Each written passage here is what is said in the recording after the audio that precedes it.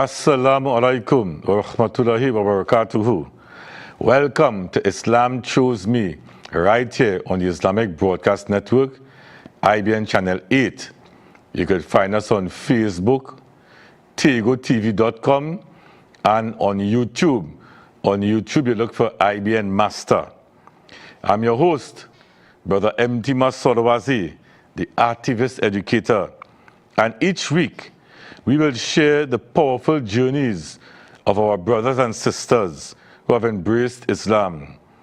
Their stories of discovery, struggle, and transformation remind us of the truth that Allah guides whom He wills in ways that inspire and motivate us all. So, well, you know, all our guests here on IBN, on Islam Chose Me, are special guests.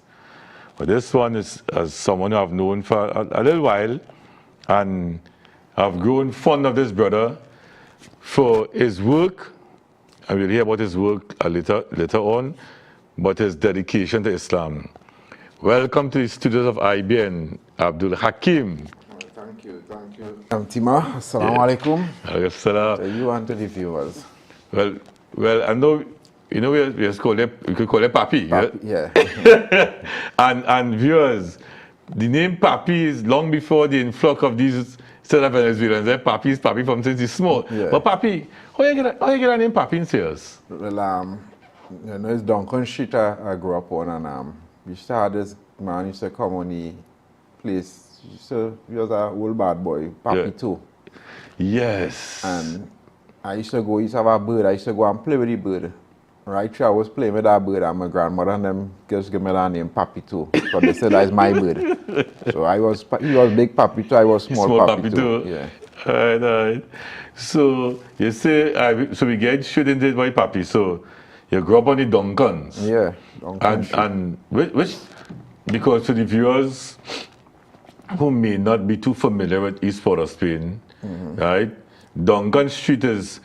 So you come over the MP flyover, yeah.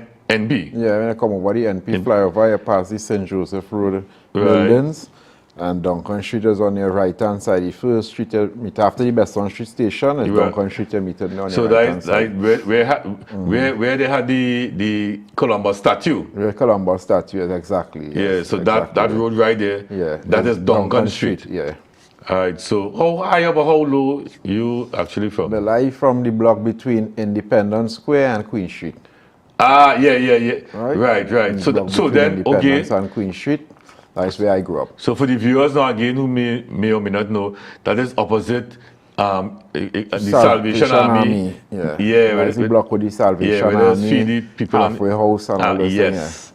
Yeah, because we grew up. Well, my mother and them I grew up in a Catholic home, really. Okay. So that we grew up feeding them on a Christmas, going and feed them in Salvation Army. Okay. St. Vincent de Paul home. Yeah. Yeah, that is St. Vincent de Paul. Yeah. Yeah, because now how I really know about there, I used to work, well, I attended Soval. And you probably know that once you go in Soval, you have to go there on a Tuesday. To cook and all. Yeah, I went Soval and we used to do the same thing. Yeah. Went Soval and Bitam, yeah. So that you know, go down there every Tuesday. Yeah, every Tuesday and go and cook and help, you know, with the kitchen to feed the people. Yeah, and clean up and thing, yeah. So that's how I knew about there. And also, the other one, like the Salvation Army on Henry Street. My grandmother used to be there on that one, yeah. So I say you grew up opposite St. Vincent de Paul. Yeah. Right, so, and you say you grew up in a Catholic home. Yeah. So, and you also full thing church every Saturday evening or Sunday morning. Yeah. If you miss Saturday evening and I go Sunday morning. Yeah, you know, because I was up to sometime this week, I was talking to somebody, and we talking about the diversity and the beauty of Trinidad. And I was letting them know, you know the mosque in Tacarigua. Which one? We had two. The big one, it have a little the one opposite the church, the Catholic church. on the Eastern Main Road. All right, yeah. Well, I know that one, yeah. Right. So I was telling the person. That's the big one. Right. So I was telling the person on a Friday, the church does use the mosque, there's use the church as a car park. Because I park in a car park already. Yeah, on a Friday for Juma. Yeah. And then I told people, I say, on a Saturday or Sunday, because I know In that church. it is a church sometimes on a Saturday, right, there's use. The mosque car park. Yeah. I was trying to explain it. That is the beauty of the diversity. So I say, on a Saturday go to church or on a Sunday. What's the difference between Saturday and Sunday church for Catholics? I don't know. I don't know the difference, but because it was church is church. Once you miss Saturday, you had to go Sunday morning. Okay. Yeah, so sometimes on Saturday you had to go out on a little function, you might go a little movies, wherever. You miss church, then making sure you wake up Sunday morning. And on a Saturday is like evening, Saturday evening, yeah. It used to be 6 to 7. It's 1 hour, yeah. 6 to 7 or 7 to 8, something like that. I think it's 6 to 7. We had a big church in Belmont, this the St. Francis Church. Yeah. And I know this are church on a Saturday, and I see them on a Sunday too. So I never really understood it. why Catholics because the Anglicans as a church on a Sunday. Yeah. Quite grew up as an Anglican. Yeah. But I never really understood why Catholics have church on a Saturday too. and a Sunday. Yeah. I was really interested. Boy. Yeah, I never understand it neither. I just used to go because that's the order in the house. You gotta go to church. Yeah. Saturday, if you miss Saturday, you gotta go Sunday. Okay. And that was the whole family into the grandmother. Yeah, mother. Okay. Everybody, all my brothers and sisters, all of you. Yeah. That was the routine, yeah. So that's what you call staunch Catholic. Yeah. So you had to go party, anything you had to go on Saturday you go, and Sunday you had church. Yeah. But I used to always question myself sometimes with the teachings and certain things. You know? But anyway, we will get into that. No, That's how Islam chose me. And no, I we go- gained it because, alright, so. because that was the early stages, and then I started to kind of I mean, say early stage, like what age so? 14, 13, 14, Okay, you know? okay. Yeah, between 10 and, well, from youth man, 6, 7, 8, I grew up in the church, you know, going to church. My brother was acolyte and all kind of thing, you know. Okay. Yeah, I went to think to be acolyte and all. But then all of that go to church right in, on Independence Square. But they catch my teeth in the wine. They give me a chance, they say, nah, yeah. So that I used to lie with plenty of them because we was in the same acolyte training. And Okay. so, yeah, so involved I was with the church. But by the was church on acolyte Independence and Square, thing. Yeah, the in Immaculate Conception. Cathedral, yeah. Yeah. Cathedral, yeah. We used to think every Christmas we did in the church, helping out, thing, yeah. For dinner, everything. The full 100 years we was a Catholic, you know, yeah. Okay. And then, all right, so that is up to like, so what age could you say is started the question? Yeah. What is started the question? At 14, 15 years now. Right. 4, 5, started line up Nelson Street. Okay, so what I secondary school exposed you to went? different kind of southeast. Okay, so, but then your whole life, Right, yeah, I went Nelson Street Boys down the road. I used to tell Right. people that right around the area, I went to school every time I grew up yeah, there. your whole life is And that's what make me after school say, you know what, I want to travel and go to school, I go and do a trade, I go in Serval. okay. Just to take a car to leave my area to go Yeah. south. Because I went to school, Nelson Street Boys Primary School, then pass for Southeast. From down the road back home. Yeah, and then you go to church right there, living Ah, right but there. yeah. Everything walking Everything, distance. yeah, everything was right there. Wow, Yeah, it's wow. a real, whether you tongue, it's a real tongue. Yeah. Well, just now, that is interesting. Now, Belmont, I went in primary school, secondary school, you know, but I find your circle is smaller, boy, because Nelson Street Boys is literally, Right down the road. yeah, like, you could say probably adjacent to the church. Yeah. Because the church here, the school right there, Yeah. then the church you're living right here, Yeah. then the pastor Southeast right there. So how did that shape your youth growing up? Well, for me, much of my influence was around Duncan, Nelson Street, and you know, I from small growing up, I always had a thing I was always inquisitive then. Okay. So it's especially culturally aspect of Africa and consciousness, and I was always inquisitive about those things. So I used to always think, you know, why it is these people on the back burner and there are certain other things, and these more identifying with what we are. Yeah. You understand? So I used to always be inquisitive and always around elders who could teach me something about the culture, about this, about that. Yeah, and I started to learn that I was Rastafari before Islam. Okay. Because I said I met a Rasta, but I used to take and he used to tell me about Selassie and Rastafari and all this kind of thing. But I used to hustle and I used to come out early in the morning to hustle because when you hustle, anybody who's a hustler knows to come out, you have to catch your money, you have to come out early. Yeah. Especially when you're dealing with things like drugs and I used to hustle. You know, before I be into Islam, I used to hustle and I used to come out early in the morning. I used to have a Muslim neighbor. We used to live upstairs, me, she always playing Quran. And I used to, sometimes I sit down there, waiting on the little customers and you're listening. And this thing used to be touching my heart. Like I feeling like if I want to cry, you know, you'd be like if you want to cry, but you know, you're saying, but this thing have a different effect on my heart. And then somebody else would tell me that was a Quran she played. So I asked her and all, I said, Miss Paula, I could get, and she asked me, I said, no, I don't know, I could be Muslim. I thought Muslim is only for Indian, because I always seen Indian people alone. I never, remember we grew up in Roman Catholic, we didn't see no Muslims around, thing like that. Had an Indian guy used to upstairs me to the top floor. He was always going in the mosque. But I really used to see him passing in the jalab and thing, but I said, no, that is an Indian people religion. Yeah, because Jama Masjid, so you, for viewers, you live in here, you live in here, the church here, Jama Masjid here, you, in the middle. Yeah. You could see Jama Masjid from your house, And, from your apartment. even before that and all, the only time I really started to know about Islam too and things were the coup. The 1990 coup, I was 12 years then.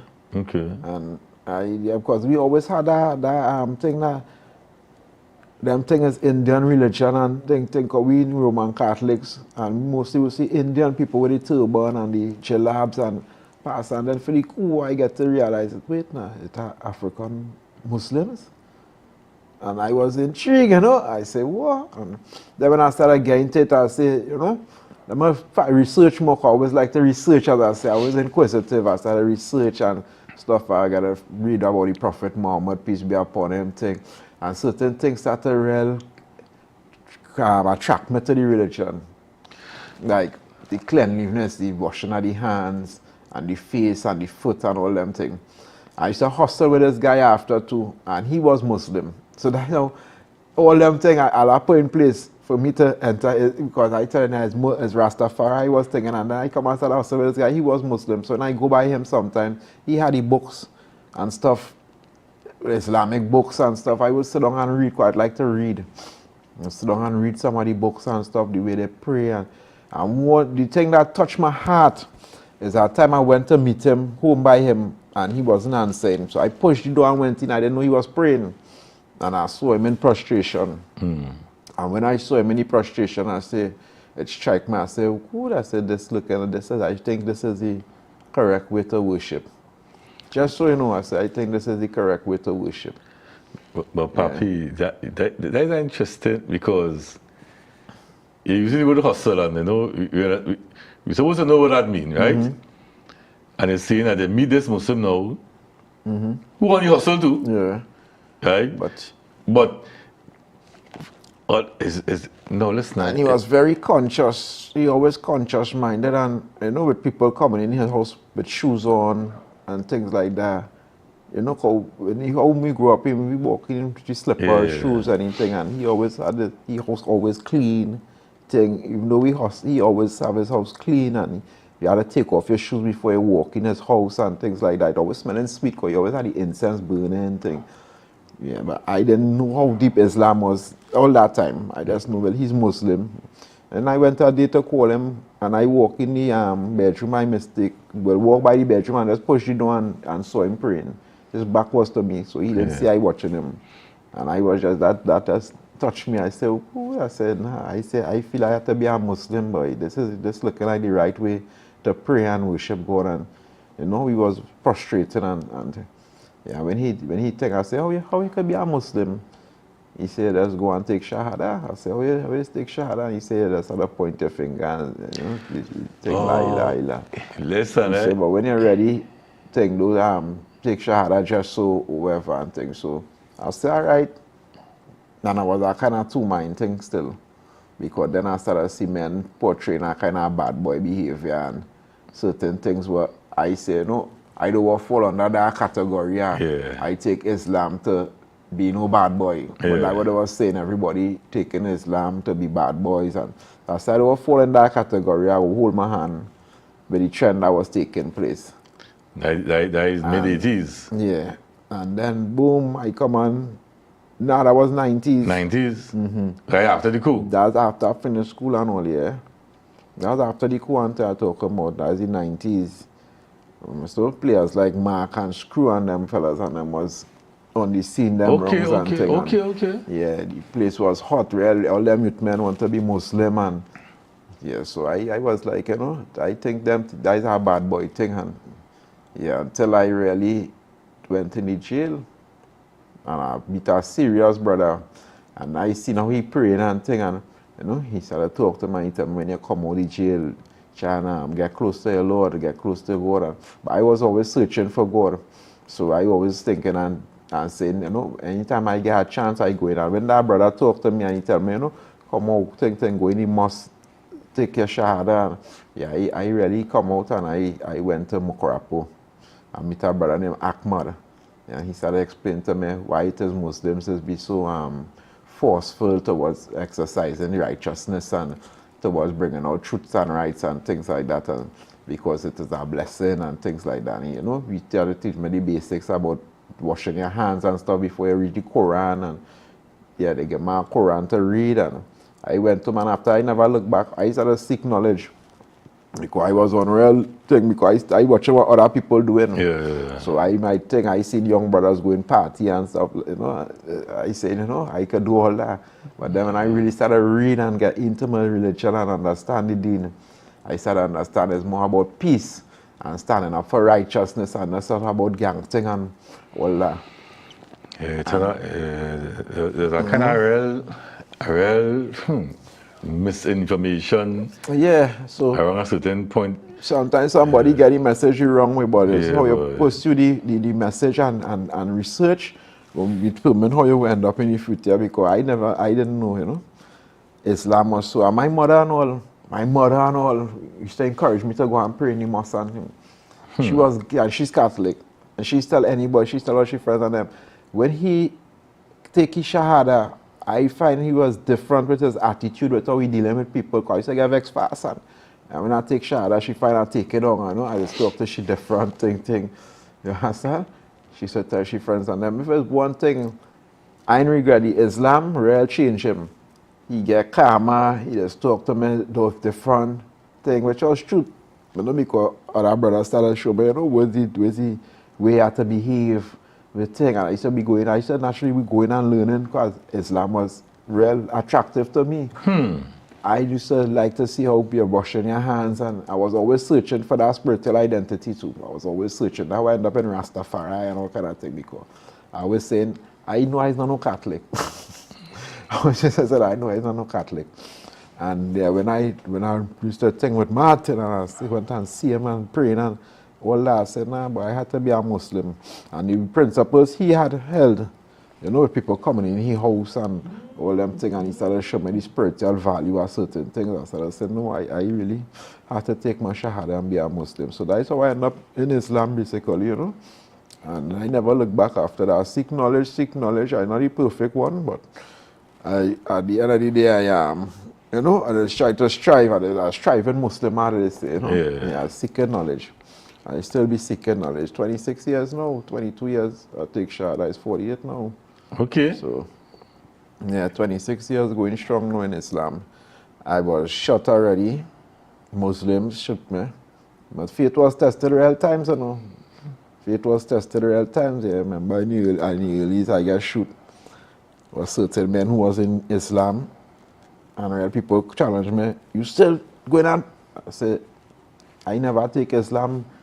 I said, them still have to answer to the Lord, you know, for their actions or whatever. I never take Islam under no gang thing to say, well, I ride every time man and I get shoot. I not functioning and praying and because the real brothers who after I guys should come out of it, say they're not Islam and all kind of thing. This time they sell them money, cool and salam them and all kind of thing. Oh, wow. So say they're not on that and thing, they sell them money, cool and all kind of thing. Yeah, and they said, Papi, you still on that, boy? And so son, I'm shoot you on. He just said, no, I never take Islam to please them. Yeah. I take Islam to please my soul. And I thought I always remember my age-able brother. He just one time he called him Bobby, maybe know him a Taylor. Yeah, he come and he show me. He say okay. From on Nelson Street? Yeah. Opposite Southeast? Yeah. Well, opposite he? No, not the Bob Pan man Bobby no. Oh, which one is that now? He's so up Nelson Street, up by the tire shop there. He have a little tailor shop. He does so things there now. I know that He used to one be now. lower down. He used to be down on Nelson Street side by the tailor shop. But now he's up by the corner of Nelson and Prince. Okay. Yeah.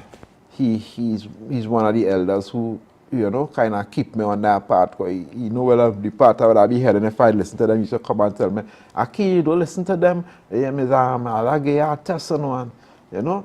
I'll give you a test because you say in the Quran, you can't just say you believe and he will leave you alone or whatever. You know? You can't really think it, blame it on that because you know the life all you living or whatever and thing. You know, he really talked to me and as I check myself too and say, you know, yeah, you know the brother right. This had nothing to do with Islam. Even if I wasn't involved with this, I would not get shot. Yeah. You understand? And I just, you know, take it up and I say, you know, let me leave them thing alone and function on a different thing. And that's how I end up staying off that life and started going on a different road. And then now, my other partner, he come and get locked up in for him. And he come back, which is this is screw up. He started telling me, he said, Sheikh, what we want is real shoppiness, you know. Yeah, he's come back with a different mindset. He started telling me, you know, the Islam what we supposed to be pushing is trying to help youths. You know, that I did always like community work. So I keep telling them, yeah, that's why I did always like, you know, the togetherness and, you know, I never did like the badness. I just the community work I like, the togetherness and the doing things together. Just say that's what we supposed to be upon, you know.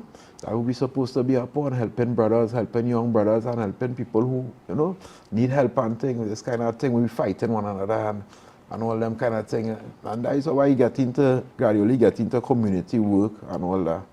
And then I get my calling with Project Reason. You understand? Because they watch me as one of the credible men who come out of the gang life and all that, who could work with youths and try to change their mindset towards the gang life and all that, as I did. So, you know, that's just a brief. Why? That's it, boy, Papi. A brief. That is a lot. And you know, I'm glad to have you here because for those who listening and because I'm sure there are those outside there who need to hear their story. Yeah. Who need to hear, who need to see. You know, because you talk about that period that I know was a challenging period, especially in East Port of Spain. Right, the mid-80s into like I said, mid-90s, closer to 2000 because even remember the mid-80s was that whole Stay No to Drugs campaign. Yeah. And that was a violent period in East Port of Spain because it had some major drug blocks, George Street, Nelson, and Baby Boy Duncan. Yeah. And I used to attract a lot of fire from the Muslim and them who was on this Stay No to Drugs campaign. And then, well, we will know on the streets there was a lot of mixed signals because some men were very disingenuous in the closing down blocks that they would come and take the drugs and send it back out on the street. and put it back out. We know that for a fact. Yeah. You know, I could challenge anybody wrong that area. We know that for a fact, Papi. Yeah. Right? And how people knew that? The pipers used to tell you that. Yeah. Because the pipers will know the grade Yeah. at the crack and come and say, "But Papi, oh, MTMA high your grade." And the only way MTMA could have Papi grade is if somebody bring it for me Yeah. to recycle back on the block. So that era that mid-80s into the 1990, into mid-90s, when people like Mark and Scrub and fellas resurface into that Port of Spain region was real challenging. Yeah, it started off with a good intention, but certain things like money and certain things let's get to certain, it's humans, the men, you know. So Money and things, let's get to men. So let's start to lose focus now and start to focus on making money. Instead of the focus was to clean up the communities with the drugs and things. and then you would have been one of the younger brothers, you know, to hear that story and see how Allah used, look at different elements Allah used to keep you, Yeah. you know. That's why I come to that with that story and I tell you, Islam chose me because Yeah, boy. I went through real tests. Up to the other day, and all my partner, with the contract and all that thing. And, you understand? Yeah, in the prison that was our next test. That was our next test for me there again. Yeah, because that was a scary experience. Guys say, but Papi, we're going to with you, boy. That was our next test. Because you could get serious problems, boy. And that was my naivety again, trusting our brother again. Yeah, to help. Yeah. Because I asked you, Papi, you end up in that? But I try to help the man empty, my boy. Yeah. And that could have cost you your life. Yeah. Yeah, right. So I faced my test. I faced my test a couple of times, but I could have said, you know, take me if I was judging Islam over men actions and things. I could have said, you know, nah, but I train it well, boy. Islam, nah. And Papi, I will repeat that. Yeah. Because that is important. Because Islam is not about the man, the actions, man. Yeah. And for you to reach that level, you have to always seek knowledge. That is why, you know, when I went Shogunas, I really started thinking Imam Talib. Enterprise Talib? Enterprise, Marad Street. Okay. That's the man talk to me and let me know, you know, think. Yeah, I used to be by Talib, Marad Street. I give thanks to that man. If he's watching this right now, Talib used the man on me on this road too, because he used to always tell me that, yeah. Don't study man actions. Islam don't judge on man actions. Is what we could put forward and what the Prophet Muhammad say for we to think, you know. So yeah, as I used to say, you know, let every man judge by their own actions and let me strive. I can't leave out Allah because I know Allah is the truth. For no man actions. If he perceives things his way and he doing things that way, that is him. But I know Allah sees and knows everything. And I decide, you know, because I used to blame myself also. When I do always used to blame. I used to say sometimes, you know, Papi is a Muslim, what are you doing going so? What are you doing, you know, you had to question yourself too. You can't say, nah, you think, you look for it too because you walk in that road. You don't have to walk that road. You understand? So it's all how you question yourself too, and you understand? And your whole mindset then. How you see things. Because as people say, some people say the glass half full, some people say the glass half empty. It's how you see the glass. Right? It's how I perceive that.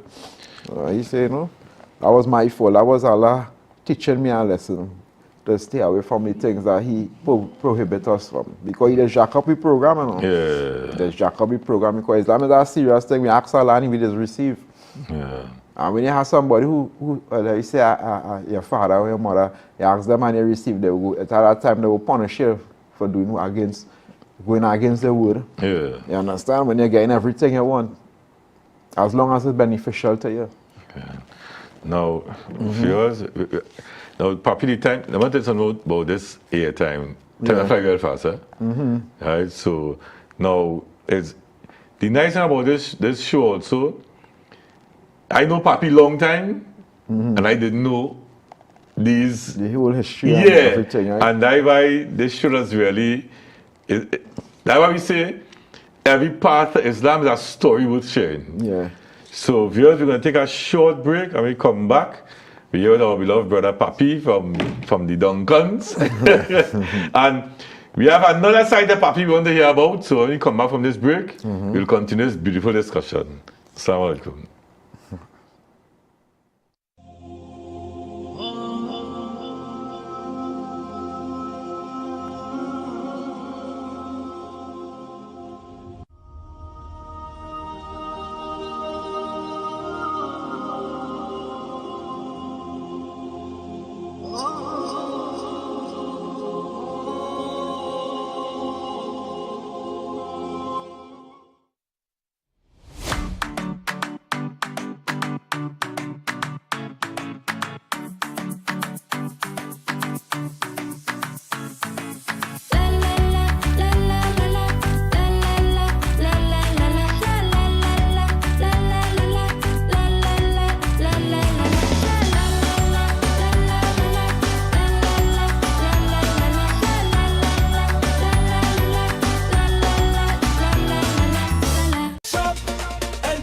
50 winners have already claimed their shopping sprees at Façades the Food King and Bright Ideas.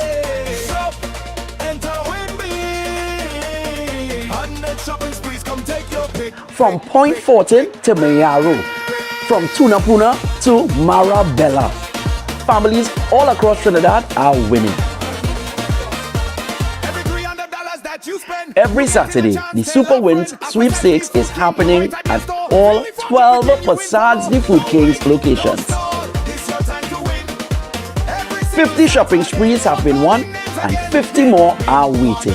So shop, enter and win weekly. Chic Leisure Limited, making life easier. Our renowned great tasting vermicelli comes pre-cut in regular and parch, packaged to make preparation simple. Attention all doubles vendors and roti makers, try our high quality pre-sifted bromate free all-purpose and whole wheat flour, low price and conveniently packaged. For wholesale and retail prices, contact Chic Leisure Limited, Warrenville, Conopia. Chic Leisure Limited, quality you can trust. Assalamu alaikum. Welcome back, viewers, to Islam Choose Me right here on IBN Channel 8. Remember, you can find us on Facebook, tegotv.com, and on YouTube. But YouTube, you have to type in IBN Master. So, before the break, who Papi give you a lot, boy, yeah, the viewers, you know, yeah, people glued to the television set, people, you know, taking in this conversation. And that is what it's about, you know, it's supposed to be about that, you know. Yes, subhanallah. Yeah, how Islam, you know, choose us. Right, so before the break, well, we didn't get into this, but I know the viewers who know, but who don't know. He is a father. Yeah. Right, and from the experiences I just shared with us, how has that, how I could say, improve or strengthen your parenthood? Because I know you and your boys real close, eh? Yeah. I'm glad you bring up that. I understand the importance of keeping your children close also. Yeah. You know, say keep them close. You have to be stern to keep them disciplined, but always make them not afraid of you, to be open to anything, because the streets is open to everything in the streets, you know. Yeah. And that's how the streets just get them. Yeah, because when they're afraid to come to you, they go into the streets. And the streets advice. The advice they will get on the streets is just to use them, you know. Yep. Just to use them and keep them under. So advise anybody, you know, keep your children close and try and understand them. Don't always think you're always the right way with everything, you know. Try and understand their way. And even if you know there's the wrong way, you have to explain it to them also. Don't just say, there's the way, and you know, explain it to them why this is the way. You know, to avoid any tension in the future or whatever. Because adults, we always have to show them that we had the experiences. We teaching them of our experience. So, you know, yeah, so that's where my boys, I just always try to do everything, and also anything I'm doing with them, I try to also include the importance of Allah, and always keeping that conscious mind of doing things to please the Lord, things like that, you know. So to kind of keep them on that mind frame of God watching me, Allah subhanahu wa ta'ala watching me, you know. Yeah, so they always have to be in a kind of way that they're always conscious of the deeds and things what they're doing out there, and stuff, yeah. I just always try to, anything I'm doing with them, I just try to always show them a point of view, well, you know. Well, Allah say for us to read, so, you know, read and you'll get more knowledge, so you can get closer to him, so you could read, learn to read, and like, you know, but it's 5 and 6, they're now learning to read and stuff, put together sentences, and yeah, so everything I just always try to inculcate a lesson from Allah with whatever I'm showing them, and what it is good to pray. So Allah, like the other day, my little son said, something scaring him in the bedroom, so I said, so all you have to do is make dua to Allah, and Allah will protect you. Yeah, oh yes, Daddy. And so he told me, he said, Daddy, you know, I sleep, I wasn't frightened, I make dua to Allah. Subhanallah, yeah. He said, Daddy, are you scared again? And I make dua to Allah, and Allah will beat them up for me. He go deal with that monster in the bed. So he make dua to Allah. No, really good. Umbrella, yeah. Anybody keep your children close. Don't let them go to the streets for advice at all. Because, yeah, that's where they get caught up when they feel they could trust the streets more than they trust their own parents. Yeah, boy. Yeah. And that is some hard lessons we just learn, eh? Yeah. Yeah, because we are not get born with that kind of going outside there because Yeah. you feel it more trusted and, you know. So, but before the break also too, you had mentioned Project Reason. And so, in fairness of this audience, right, the bulk of the IBN audience, Yeah. they don't have a clue what is Project Reason. Reason. Yeah. Well, Project Reason really was based around the concept of dealing with crime as a public health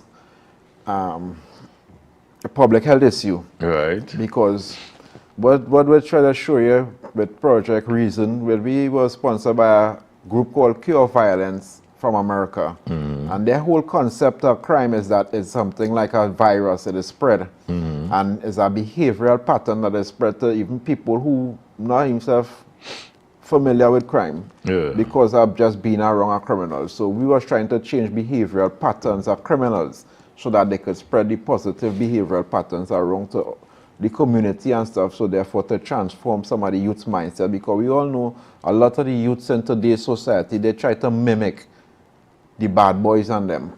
Yep. And these are the ones who they look up to, who some people call the gang leaders, the community leaders. And we understood that they are the basic, they come like the main virus then. And he's used our virus to cure our virus. So if we could change their mindsets, they probably could help influence some of the youths that are trying to go down that road to cease and desist, because this is not a life to live. This is the things all you're missing out on, taking out your family, certain things, you know, the things that you could enjoy with our family, you can't enjoy it in this life. And this is the kind of things that we were trying to go forward. But you remember what the reason that stand for? Yeah. Yeah. Reason, empathy,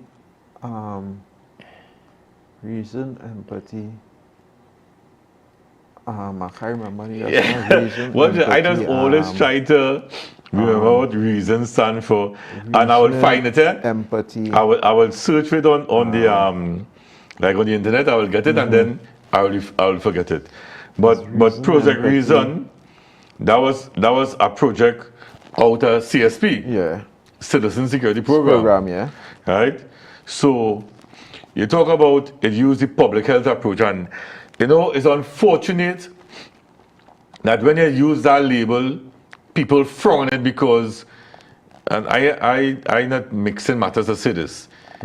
The last Prime Minister, well, before the last. Former. Former. No, Papi, we have to be ourselves for this show because I know we could get out of hand. Yeah. We're talking about them, some of them clowns and them. But that man tried to sell that public health approach to crime to this nation. He was the worst messenger for that. Yeah. Right? They didn't understand Because, what is the public health but then I approach feel to he didn't solving crime. understand. Exactly. Because Project Reason was operating out of CSP. Yeah. Because when I started to work CSP in 2015, I learned about the public health approach to crime. To solve Because you know already, what year already started the function? Same year, 2015. 15 cells? Yes, 2015 contract. Was it before? No, not 15. No. I think it was before that. Before that, boy, Papi. 2014. Yeah, because you remember, 2014.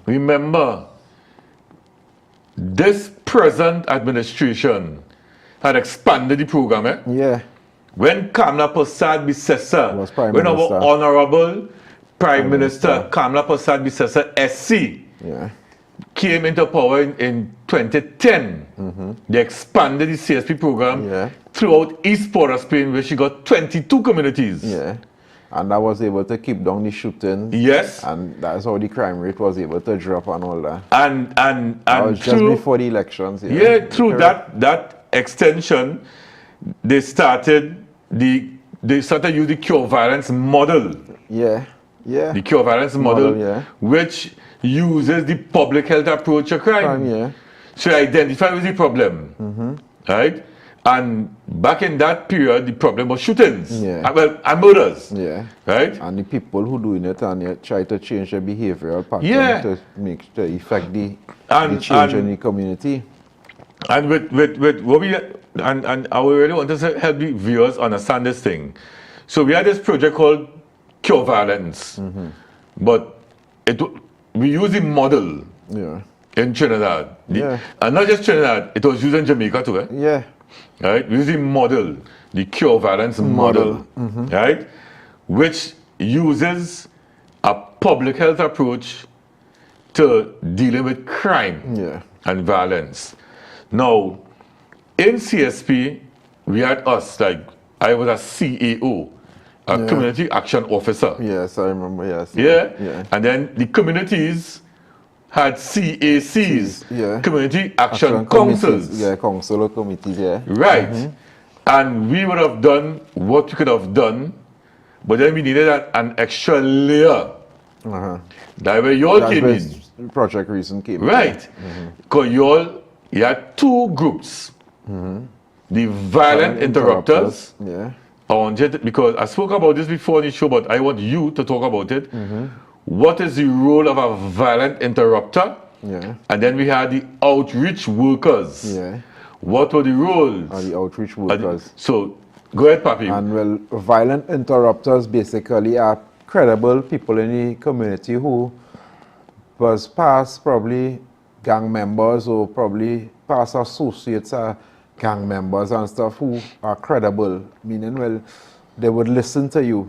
They could be able to take advice from you, talk to you, and probably you could put impact into Who will take the advice from you? the gang leader, And community the youth, leader, whoever, right. because they will look up to you also as a whole G, as a, somebody from the community who used to hold it on same way like them and things like that. So when you pass on this advice to them now, and you showing them certain avenues and things, you have to try to, develop their mindset so that they could now transfer it to the youths and that are around them.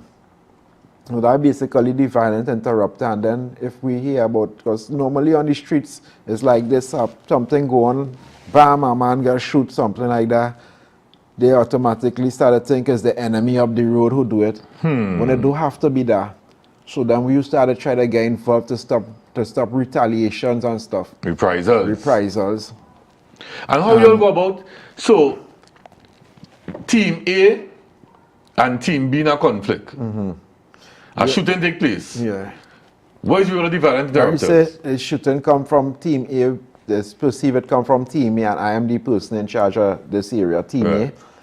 They would call me, and I would verify from the different people around, whoever in charge of the Team A, whoever in charge, I would try to verify the information to see if it's truth or find out what was the actually reason behind everything, and then we would try to mediate between myself and whoever other violent interrupter from Team B area or territory who may be good with them. If I good with two of them, I would try to mediate between the two of them one time there And that mediation is primarily to stop what?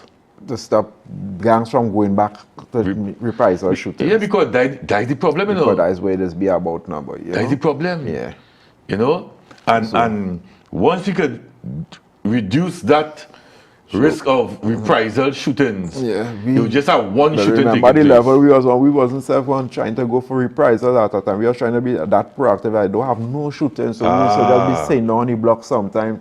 Any little thing we hear, thing a man say, boy, you gonna start it, so a man will come out one time and talk to him and say, hey, we know about that right now. We just the other day we say we're going to do something for the community here. If you're going to do that now, what will happen, and start to change their mindset towards certain things and say, well, I'm going to make a call and let me see if we could iron that out one time. I'm going to call Marlon, I'm going to call Cox, I'm going to call Strongy. Let me see if we could iron out that one time now, boy. And sometimes we'll keep a little barbecue, something everybody could come and just talk about the situation. And it was working. And the outreach workers, what their rules were. Because member 2 is a macho thing. And everybody does want peace, you know, but they just want somebody to be the front man. Because nobody don't want to look like if I the coward, I calling for peace. Right. So we was like the ones who, yeah, right, well, they don't want to be the ones, we will call for it on your behalf. We would call for it on your behalf. Because this guy over here, he want peace, but he don't want to seem like the coward who asking for peace. So we would mediate and call on it for the two parties' behalf that we want the peace for XYZ and show them where, you know, it could benefit all parties going forward with getting work for youths in the community. Because we had, remember, plenty youths we pick up in them communities and it put into work in certain places like this man who was over here, he was one of the biggest things. He used to take people to used to take plenty of them fellas. He didn't mind Camachos. Yeah. Oh, Till he started calling okay, we and okay. asked if we had no more like them because he find that fellas could work real hard. So I saw plenty of them who just said them used to work and they didn't want to work. I tell them, man, that plenty of them does want to work. There's one or two, they might find a lazy and a little easy thing, but sure, plenty of them does want to work because I remember Camacho telling us that if we have more like them, Send them. yeah, because they were some of the best workers he had gotten. Yeah. Yeah. Because now checking to say according to the data, the project ran between 15 and so they started the training in 14. I think so. Yeah, Yeah. 15 to 18. It was stopped. It was stopped in 18 because I left CSP in 2019. Stop in 17. 17. 17, yeah. Yeah. And 17 or 16, 26, 27. now according to this data, it say up to 2018, but probably I just could be because I know I left CSP in 2019. I left in December 2019, and I think all that time Project Fusion probably was winding down. I think it was Winding down. September 2017. You know? It stopped. Yeah. So, Papi, do you feel a program or a concept like Project Fusion is still needed? I believe so because look, we have a lot of agencies in this country and it seems like a lot of them don't want to go and really sit down in the heart of where everything taking place from yeah. and try to change to some of these people and their lives, you know. I used to always be telling them that they're supposed to get some more social workers who are able to go into these communities and all and check the level, the state, the level of No. thing open and thing now. One of the challenge, and you see, we have to accept this too, is that some of the agencies, and in fairness to them, they're scared to go in there. Yeah, that's what I say. Yeah, and I was telling people that's one of the big rules with CSP. Yeah. Because I was a gatekeeper. Yeah, CSP and Project Reason Yeah. was the programs that had brought down the level of crime. So I can't understand how they remove them, like them wanted crime to happen in the country. I'm telling you. Papi had to behave himself. If we The man tried to sell, bring down crime so much percentage, Which in was that, not- in which that was- 6 months, and which it's wasn't still costing the anything state. It wasn't costing this was the an state. IADB Yeah. funded project, right? This is an IADB funded project. It wasn't costing the state, right? And you know, we lose our opportunity to continue a program like CSP and Project Reason. Yeah. Because as I said, Project Reason was so CSP was like the social arm of the Ministry of National That's Security. right, yeah. And It was Project our easiest access to getting funding to doing community activities Yeah. to encourage socialization and socializing in the community. CSP was yeah. always there. Yeah, If we yeah. want to keep an event to bring together everybody, CSP is there. Yeah, and Project Reason now, And it didn't have no hassle. and Project Reason now became that arm that focused primarily on reducing Because it's true, violence. CSP was able to have a lot of the barbecues, a lot of the sporting events and stuff. CSP. You remember? Us was working hand in hand in all the communities, keeping barbecue sports days thing, and everybody was coming out. Even Hearts and Minds was part of that. Of course. Inspector, Can't leave out them. Inspector Subero. Yeah, now can't leave them out. Inspector, Yeah. Yeah. No, he's now superintendent. Well, Suberu. he not retired. yeah, he got. Mr. Suberan is a good one. Hats off to Yeah. them too, and Mr. Inspector Reed. Reed. Charles. Yes, Yeah. Charles, yeah. Them men and them. Yeah. And plus, it was a real, listen, it was a coordinated approach. This one who passed away too from Alawi come to Alawi return. No, three of them died recently. We have the big, oh God, Papi, I can't remember the name. I don't know, I can't remember his name. Spencer was one. Spencer died in the COVID. Spencer, the tall red man. Yeah, big red man. Yeah. And then we had the Indian one, tall. Like my boy. Yeah, what do you I see mean? him, I trying to remember. Yeah, boy. Everybody love that man, boy. I see him, I trying to remember. I can't Yeah, remember. He yeah. always did it with any event. Yeah, any yeah, event. yeah. If nobody in come out, he coming out. Yeah. If you can't get police, he always used to have. I remember the man named boy, you know. Yeah. From Alawi, come to Alawi return, yes. So, He gone to Papi, rest too. I tell you, this is the shortest hour in history. Yeah. Yeah. So, as we closing off, right? And I like how you spoke about your boys and things earlier. I want to give you the opportunity to talk to fathers, to men. Yeah. And, just give a little piece of advice. Yes, I think the Father's Day is not today, it's next week. Yeah, I think it The is. Father's Day is next week. But to all the fathers, what I could tell all you, hold on to all your sons, all your daughters, teach them, give them the proper guidance, and be a mentor to them as a friend, and give them that guidance, keep them close, listen to them. Don't let them have to go outside to get the answers. You make sure and let them come to you with anything, and you be open and honest to your children. Don't pressure them too much to how you want them to be, but let them, be how they want to be, how they want to excel, and you just be there to guide them. Guide them and keep them close. Teach them about God. Teach them about praying, and keep them close to God. And you won't have no problems, because once they're close to God, they will get the proper guidance going forward. I mean, and the man name you're trying to remember is Romani, boy. Mr. Romani. Romani. Romani, yes. Big up Romani. Yeah, man. boy. Romani. Romani was our best, boy. Oh, was a best. real good one. Yeah. Anything Romani did. Anytime they can't get nobody to send Romani coming. He sacrificed and he personal time and coming. Yeah, boy. To make sure things go straight and things. When he died, he left the all-in-one center on the bottom. Graduation. Yeah. Going to our next graduation and move up. True. Yep.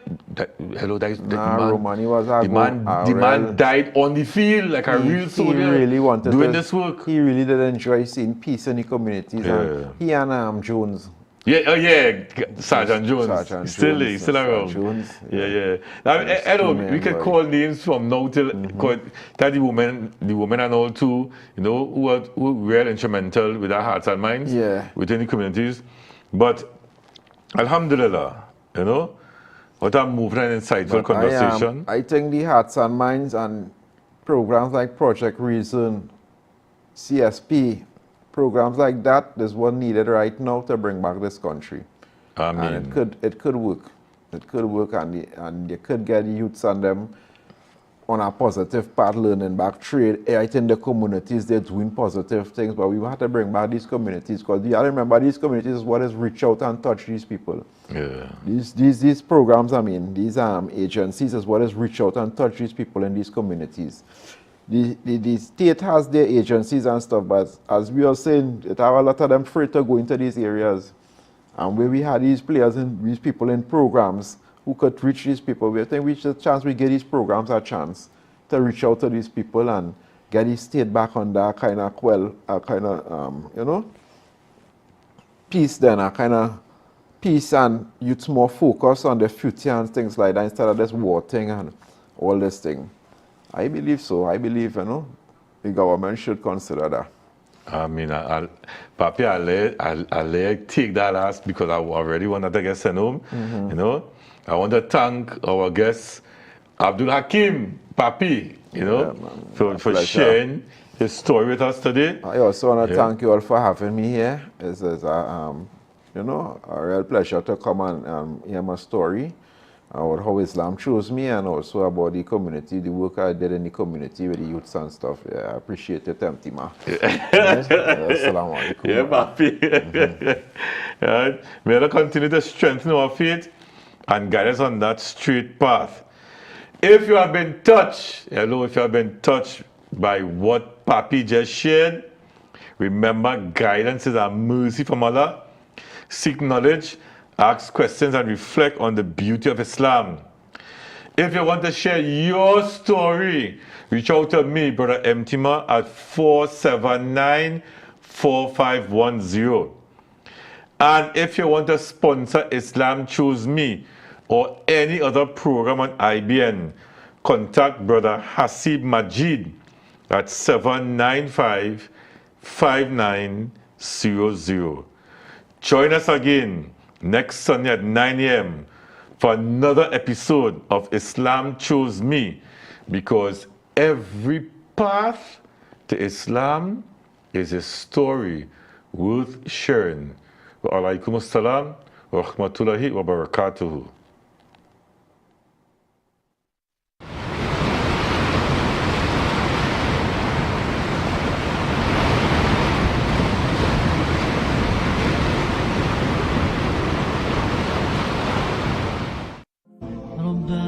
Assalamu alaikum. IBN TV8 is hosting an Arabic art and calligraphy competition for all students 12 years and under.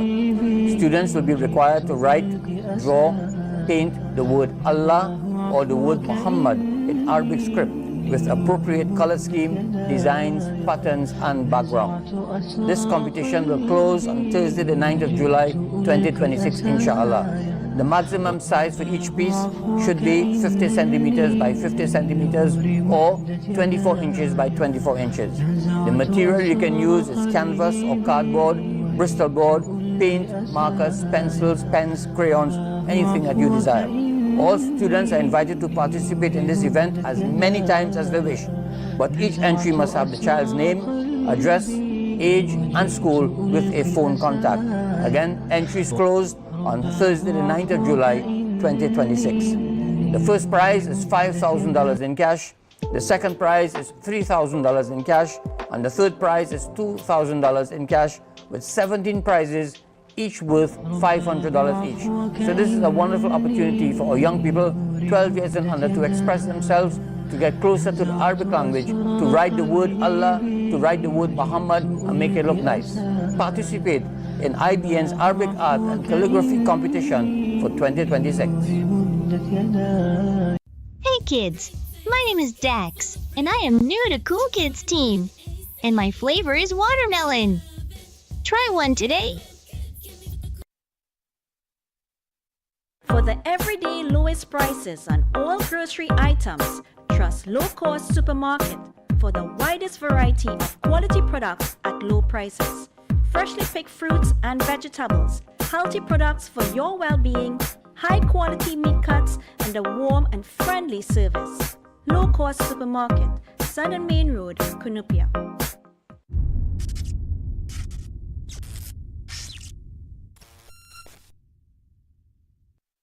Alhamdulillah wa salatu wa salamu ala rasulillah wa ala alihi wa sahbihi wa man wala. First of all, Jazakallah khair, thank you for the kind introduction. Alhamdulillah Rabbil Alameen.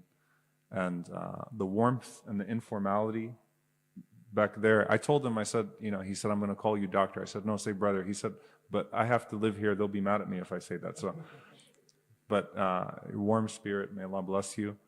All of the volunteers, the blessing of meeting Abdurrahman, alhamdulillah, and all of the volunteers and all of those that organized this special event. All of you for coming, the university.